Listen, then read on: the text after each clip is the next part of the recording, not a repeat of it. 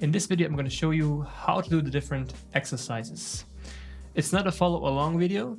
Further down on this page you can see all the different exercises listed so that you can do them at home all by yourself. So for the first exercise we need our fascia ball and we're going to massage out our chest muscles. So right here underneath our shoulder on the outside there is our small chest muscle. I'm just going to place the ball right here and come into a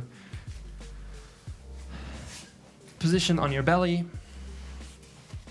and we're just going to place the ball right here on our chest muscle, and we can just seek for tight spots for a little bit of pain, and if we feel it we can just stay there and we can extend our arm in a 90-degree angle, for example, making a pillow with the other hand and then just relaxing into this release for about 60 to 90 seconds. Then, so probably you're asking why are we working on our chest, because I have pain in the neck. It's very often that our chest muscles get really tight because we're just doing a lot of stuff in front of our body, like driving a car, like working in front of a computer, and therefore just by this pulling motion all the time on the front side of our body, it tends to happen that on our backside and in our neck especially, that pain develops. So for the next exercise we're coming onto our back and we're going to work on our upper traps as well as on our levator scapulae. So you come onto your back and you place the ball right here in this area. So it's a little bit tricky to get into it, but sometimes it works like this quite well. You can lay your head onto the mat and then you can just stay there. You can also fixate the ball with your hand if you want. And a great example to create a mobilization is to bring your arm up and down to create the massage for 60 seconds per side. Then I'm going to show you another exercise. We're going to go to a wall or to a door frame. And you're going to place the ball on your upper traps. So you come into this position and by pressing against the wall, you just create a little bit of pressure to massage out your upper traps. You can just go a little bit up and down to create the massage, or you can just stay on a point and bring your hand up and down to create a mobilization and release tension. Perfect. So then we're going to need our dual ball and we're going to come onto our back, placing the ball behind your cervical spine.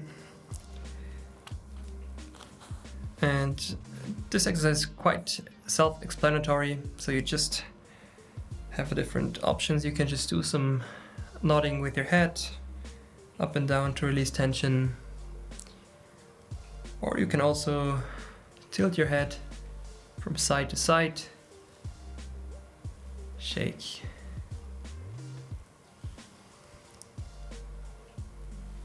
It's just nice to just release a little bit of tension in your neck.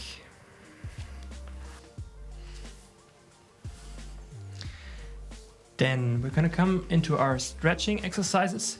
We're going to need a Superband and we're going to just come up. And we need an anchor point at about chest to shoulder height. And I'm just going to take the band like this, put my hand in, just rotating a little bit to stretch out my entire front arm line, rotating my upper body away from the anchor point and feeling the stretch from the lower arm all the way up to the chest, holding it for 60 seconds per side. Then we're gonna need the Superband for our shoulder stretch. We're gonna take the band, taking it into our right hand, putting it over and grabbing it with the other hand on the back. We can create a little bit of a pulling motion with our upper arm so that we can feel the stretch. It looks like this from behind.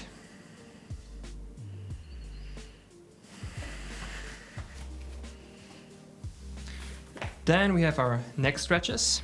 Quite easy. You can just find a sitting position. Take your hand, put it on your head, tilting it to one side, and you can take the free arm, pulling the free arm away from you to create a nice stretch into your side neck on both sides for 60 seconds. If you've done yoga before, you probably know the next exercise. You come into all fours, hands beneath your shoulders, knees below your hips. And then just by mobilizing your spine, creating a round spine, and then a hollow shape, looking up, alternating between these two movements to really create a mobilization and release some tension in the spine. For 30 seconds, 30 to 60 seconds. Perfect. Then we're gonna come into our strengthening techniques. So we're gonna start with, we're gonna also just kind of stay in this position that we just had and maybe walk a little bit back with the knees. The exercise gets more intense the more we walk back, but make sure your shoulders are still over your wrists. And then it's called a scapular push-up.